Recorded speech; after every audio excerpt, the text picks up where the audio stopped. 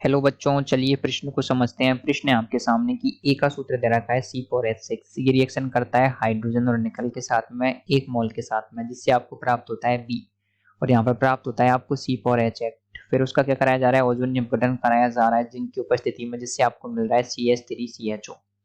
तो आपको ये बताना है कि ए तथा बी की पहचान करो। तो पहला विकल्प है ए ये होगा, बी ये, तो दूसरा विकल्प है कुछ इस प्रकार से, तीसरा विकल्प है और चौथा विकल्प है। तो आपको बताना है कि ए बी सी और डी में से जो विकल्प दे रखे हैं उनके अकॉर्डिंग ए और बी क्या क्या हो सकते हैं। तो दिए गए प्रश्न की मुख्य अवधारणा ये होगी कि यहाँ पर आपको दी गई अभिक्रियाओं के आधार पर क्या करना है, ए और बी की पहचान करनी है।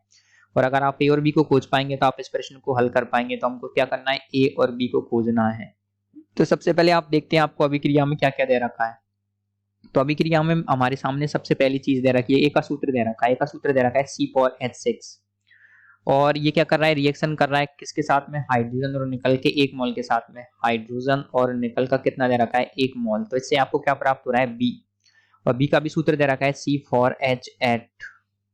आगे आपको बता रखा है कि ये रिएक्शन कर रहा है ओजोन के साथ में, ओजोन H2O और जिंक के साथ में। तो इससे आपको क्या प्राप्त हो रहा है, CH3CHO। तो देखिए आपको यहाँ पर एक बात तो पता लग गई, जब आप किसी भी चीज का ओजोनी अपघटन कराते हैं तो क्या होता है, वो क्या करता है, वहां से डबल बॉन्ड को तोड़ देता है। तोड़ने के बाद में क्या लगा देता है, वहां पर एल्डिहाइड या फिर कीटोन लगा देता है।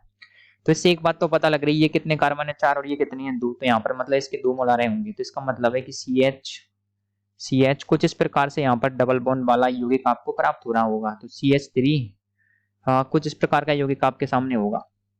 कैसा यौगिक होगा कि एक, मतलब कुछ इस प्रकार का यौगिक होगा कि 1 कार्बन, 2 कार्बन, 3 कार्बन, 4 कार्बन में बीच में लग रहा होगा डबल बॉन्ड। जब आप ओजोन या बटन कराएंगे तो ये बीच में से टूट जाएगा और 2 मोल बना लेगा आपके एसिटाल्डिहाइड CH3CHO।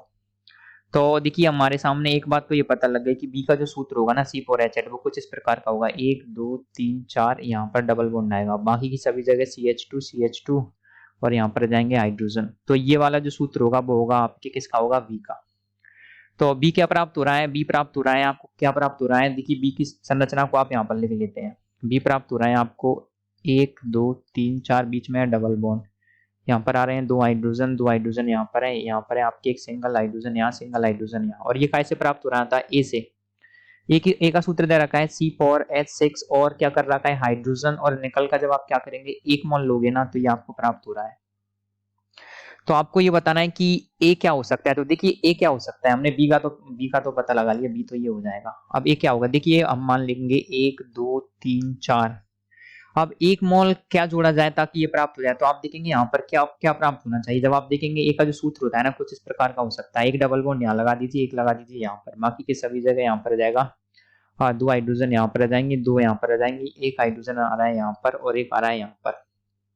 देखिए जब आप निकल और हाइड्रोजन का 1 मोल लोगे ना, तो यहाँ पर क्या होता है, कुछ इस प्रकार से ये होता है, हाइड्रोजन हाइड्रोजन ये क्या होता है, आप सभी लोग जानते हैं, जो CH2 C C double bond CH2 कुछ इस प्रकार से होता है ना, इसके अंदर क्या होता है, आप सभी लोग जानते हैं, अनुनाद करता रहता है। अनुनाद करने की वजह से क्या होता है, ये CH2 C CH2 सारे की सारी जो जगह होती है ना, वहां पर क्या होता है, आंशिक द्विआबंध के लक्षण आ जाते हैं। आंशिक द्विआबंध के लक्षण आने की वजह से क्या होता है, देखिए कुछ इस प्रकार से अनुनाद करता रहता है, आप सभी लोग जानते हैं, यहाँ पर यहाँ पर यहाँ पर। तो क्या हो जाता है, यहाँ आंशिक अनुनाद होता है। अनुनाद होने की वजह से जब हाइड्रोजन निकल को जोड़ा जाता है, तो निकल को जोड़ने पर यहाँ पर क्या होता है, यहाँ पर या तो आपके 1,4 योग होता है, देखिए 1,4 योग होता है, और क्या हो जाता है, यहाँ पर आपको प्राप्त हो जाता है CH2 C CH2। ये वाला जो डबल बॉन्ड होता है वो आ जाता है बीच में, ये वाला जो डबल बॉन्ड होता है वो आपके बीच में आ जाता है और आपको कुछ इस प्रकार का यौगिक प्राप्त हो जाता है, जो कि ये था।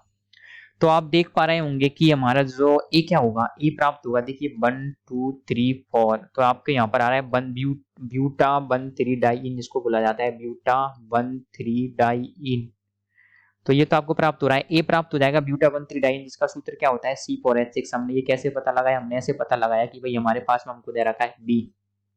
अब बी कैसे प्राप्त हुआ कि हाइड्रोजन और निकल का ले रखा है आपने केवल 1 मोल। अब 1 मोल किस में जोड़ा जाए ताकि आपको ये प्राप्त हो जाए। जब हमने संरचना का अनुमान लगाया तो हमने पता लगाया कि हाइड्रोजन और निकल का 1 मोल जोड़ा जाता है ना, तो यहाँ पर इसकी अनुनादी संरचना के आधार पर हमने देखा कि इसकी संरचना कुछ इस प्रकार की होगी ना, तो ये आपको बी प्राप्त होगा। तो हमने यहाँ पर ए और बी का पता लगा लिया है।